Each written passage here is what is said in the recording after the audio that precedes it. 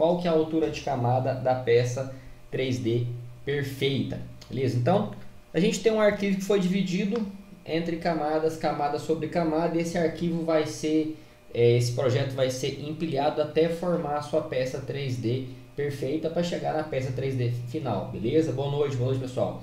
Então, a altura de camada é a medida, né, da altura do material que foi extrusado pelo bico, que é medido em milímetros. Se a gente fala a altura de camada 0,12, 0,08, 0,16, 0,2, isso é a altura de camada.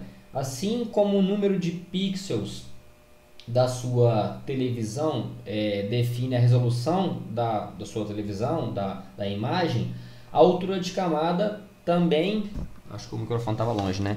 A altura de camada também define a resolução da sua peça. A resolução está alta, a resolução está baixa, né?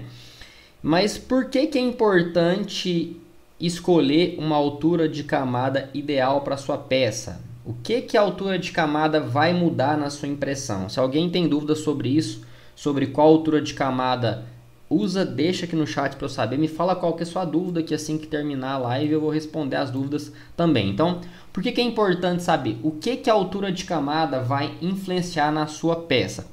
Primeiro, basicamente são 5 coisas. A altura de camada vai influenciar no tempo de impressão, ou seja, uma altura de camada maior faz a peça imprimir em menos tempo, porque você vai estar colocando mais material no mesmo período de tempo, certo? Altura de camada maior, extrusão maior.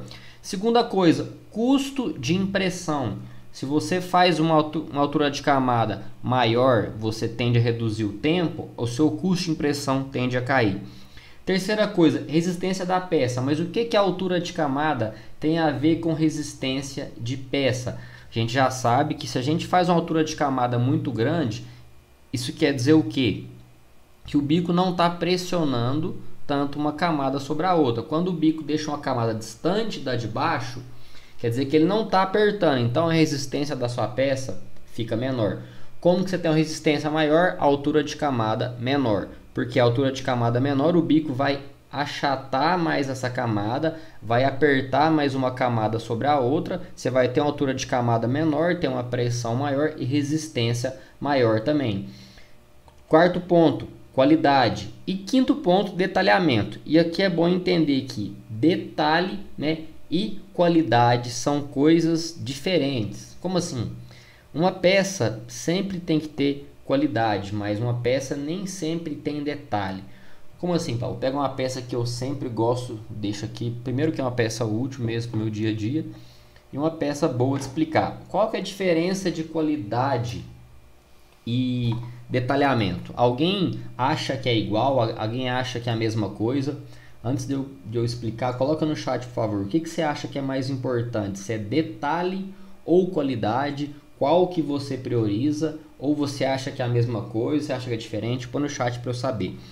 Essa peça aqui, que é reta, né? Tirando a parte branca que eu coloquei depois, a parte amarela, o modelo amarelo, é uma parte reta, é uma parte que tem qualidade, mas não tem detalhe, porque a gente acabou de falar que detalhe vem de resolução, de altura de camada mais baixa. Então, essa peça tem qualidade, mas não tem detalhe.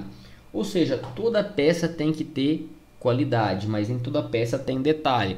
Agora, por exemplo, pegar uma peça menor aqui, se eu consigo focar no bench, mini bench que eu fiz. O bench aqui, ó, já é uma peça que tem detalhe e tem qualidade. Ele tem muito detalhe, por quê? Porque ele realmente está... Deixa eu ver se eu consigo mostrar no YouTube também.